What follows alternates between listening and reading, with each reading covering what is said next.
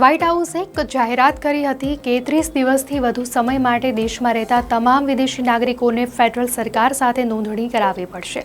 જો તેઓ આમ નહીં કરે તો તેમને દંડ, જેલ અને દેશ નિકાલનો સામનો કરવો પડશે।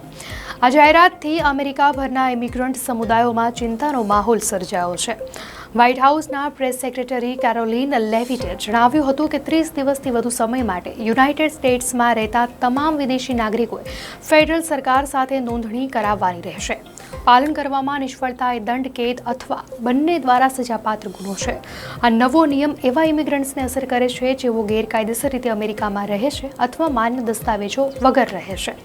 હવે અમેરિકામાં રહેતા તમામ બિન નાગરિકો જેમની ઉંમર 14 વર્ષથી વધુ છે અને જેઓ 30 દિવસ કે તેથી વધુ સમય માટે અમેરિકામાં રહે છે તેમણે ફોર્મ G325R ભરીને સરકાર સાથે ફરજિયાત નોંધણી કરાવવી પડશે।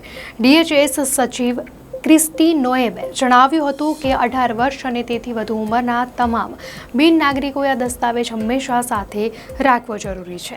વહીવટીતંત્રે ડિપાર્ટમેન્ટ ઓફ હોમલેન્ડ સિક્યુરિટીને અમલીકરણને પ્રાથમિકતા આપવાનો નિર્દેશ આપ્યો છે। આ નવો નિયમ અમેરિકામાં કડક ઇમિગ્રેશન નીતિઓ લાગુ કરવાના વ્યાપક પ્રયાસનો એક ભાગ છે। ટ્રમ્પ વહીવટીતંત્રનો અમલ પરનો ભાર સ્પષ્ટ છે।